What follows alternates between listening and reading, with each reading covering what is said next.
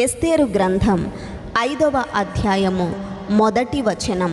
3వ దినమందు ఎస్తేరు రాజభూషణములు ధరించుకొని రాజునగరు యొక్క ఆవరణములో రాజు సన్నిధికి వెళ్ళి నిలిచెను. రాజనగరు ద్వారమునకు ఎదురుగానున్న రాజావరణములో తన రాజాసనము మీద రాజు కూర్చొని ఉండెను. 2వ వచనం. రాణి అయిన ఎస్తేరు ఆవరణములో నిలువబడి ఉండుట రాజు చూడగా ఆమె యందు అతనికి దయ పుట్టెను. రాజు తన చేతిలో నుండు బంగారపు దండమును ఎస్తేరు తట్టు చాపగా ఎస్తేరు దగ్గరకు వచ్చి దండము యొక్క కొన ముట్టెను. 3వ వచనం. రాజు, రాణి అయిన ఎస్తేరు, నీకేమి కావలెను? నీ మనవి ఏమిటి?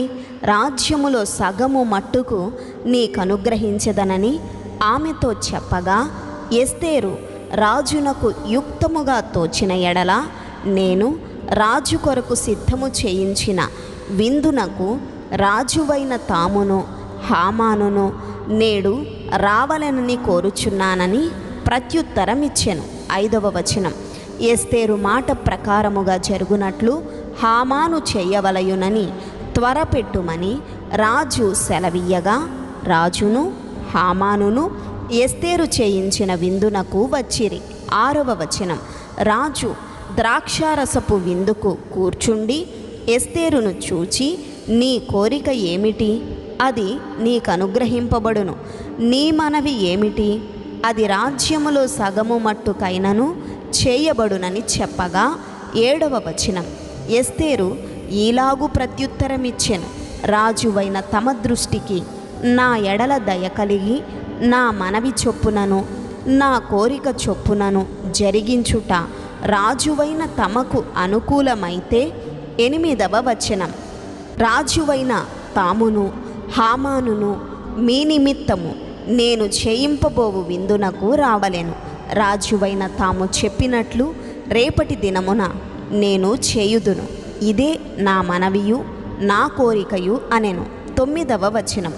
ఆ దినమందు హామాను సంతోషించి మనోల్లాసము కలవాడై బయలు వెళ్ళి రాజుగుమ్మమున ఉండు మొర్దెకై తనను చూచియు అతడు లేచి నిలువకయు కదలకయు ఉన్నందున మొర్దెకై మీద బహుగా కోపగించెను. 10వ వచనం.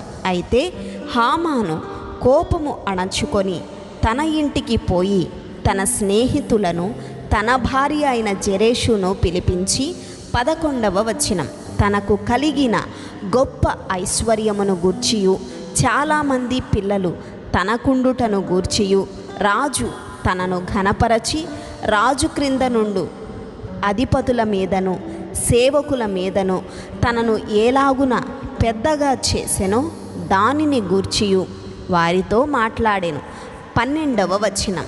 మరియు అతడు రాణి అయిన ఎస్తేరు తాను చేయించిన విందునకు రాజును నన్ను తప్ప మరి ఎవరిని పిలిపించలేదు. రేపటి దినమున కూడా రాజుతో కలిసి విందునకు రమ్మని నాకు సెలవైనదని తెలియజేసెను. 13వ వచనం. అయితే యూదుడైన మొర్దెకై రాజు గుమ్మమున కూర్చొనియుండుట నేను చూచునంత కాలము ఆ పదవి అంతటి వలన నాకు ప్రయోజనమేమీ లేదని అతడు చెప్పగా 14వ వచనం.